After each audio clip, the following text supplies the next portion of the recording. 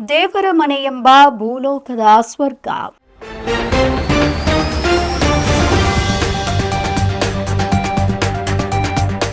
ಕರ್ನಾಟಕದಲ್ಲಿ ಅನೇಕ ಪ್ರೇಕ್ಷಣೀಯ ಸ್ಥಳಗಳಿದೆ. ಅದರಲ್ಲೂ ಕೂಡ ನೈಸರ್ಗಿಕ ಪ್ರವಾಸಿ ತಾಣಗಳಿಗೆ ಖ್ಯಾತಿಯಾಗಿರುವಂತಹ ಚಿಕ್ಕಮಗಳೂರು ಜಿಲ್ಲೆ.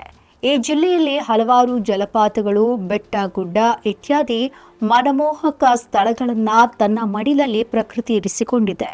ಹಾಗೆ ಪ್ರವಾಸಿಗರನ್ನ ಸದಾ ತನ್ನತ್ತ ಬರಮಾಡಿಕೊಳ್ಳುವಂತೆ ತನ್ನ ವ್ಯಾಪ್ತಿಯ ಉದ್ದಗಲಕ್ಕೂ ಕೂಡ ಆಕರ್ಷಣೀಯ ದೃಶ್ಯಗಳನ್ನು ಇರಿಸಿಕೊಂಡಿದೆ. ಅಂತಹ ತಾಣಗಳಲ್ಲಿ ಒಂದು ಚಿಕ್ಕಮಗಳೂರಿನಿಂದ ಕೇವಲ 80 ಕಿಲೋಮೀಟರ್ ದೂರದಲ್ಲಿರುವ ಅದ್ಭುತ ಸ್ಥಳ ದೇವರ ಮನೆ.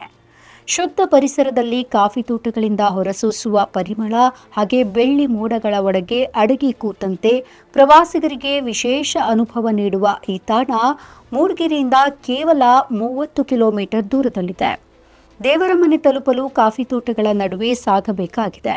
ಆಗ ಸಿಗುವಂತಹ ಚಿಕ್ಕ ಚಿಕ್ಕ ಜಲಪಾತಗಳು, ನದಿಗಳು, ಗುಡ್ಡಗಳ ಸಾಲುಗಳು ಇವೆಲ್ಲವೂ ಕೂಡ ನಮ್ಮ ಜೊತೆಯಾಗಿ ಸಾಗುತ್ತೆ. ದೇವರ ಮನೆ ತಲುಪಿದ ಕೂಡಲೇ ನಮ್ಮ ಗಮನ ಸೆಳೆಯುವುದೇ ಅಲ್ಲಿ ತಲೆಗೆತ್ತಿ ನಿಂತಿರುವಂತಹ ಬೆಟ್ಟಗುಡ್ಡಗಳು. ಅಲ್ಲಿ ನಿಂತು ಬಾನೆತ್ತರದವರೆಗೆ ಕಾಣುವ ಹಸಿರು ಬೆಟ್ಟಗಳು ನಮ್ಮ ಮೈ ರೋಮಾಂಚನಗೊಳಿಸುತ್ತೆ. ಮಂಜಿನಲ್ಲಿ ಮರೆಯಾದ ಆ ದೃಶ್ಯ ಕಾಣಸಿಗುವ ಆ ಸೊಗಸು ಇವೆಲ್ಲವನ್ನ ನೋಡುವುದೇ ಒಂದು ವಿಶೇಷ ಅನುಭವ. ಹಾಗೆ ಈ ಪ್ರದೇಶದ ಮತ್ತೊಂದು ವಿಶೇಷತೆ ಅಂದರೆ ಇಲ್ಲಿನ ಕಾಡು ಹೂಗಳು.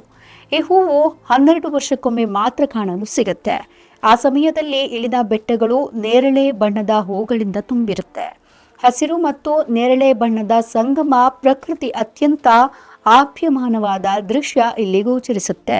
ಇನ್ನು ಇಲ್ಲಿ ಪ್ರಮುಖವಾಗಿ ಇತಿಹಾಸದ ಹೆಜ್ಜೆ ಗುರುತು ಅಂದ್ರೆ ಅದು ಭೈರವೇಶ್ವರ ದೇವಾಲಯ. ಈ ದೇವಾಲಯಕ್ಕೆ 800 ವರ್ಷಗಳ ಹೆಚ್ಚಿನ ಪುರಾತನ ಇತಿಹಾಸವಿದೆ. ದೇವರ ಮನೆಗೆ ಸಂಬಂಧಿಸಿದ ಆಧ್ಯಾತ್ಮಿಕ ಶಕ್ತಿಗೂ ಕೂಡ ಇದು ಸಾಕ್ಷ್ಯವಾಗಿದೆ.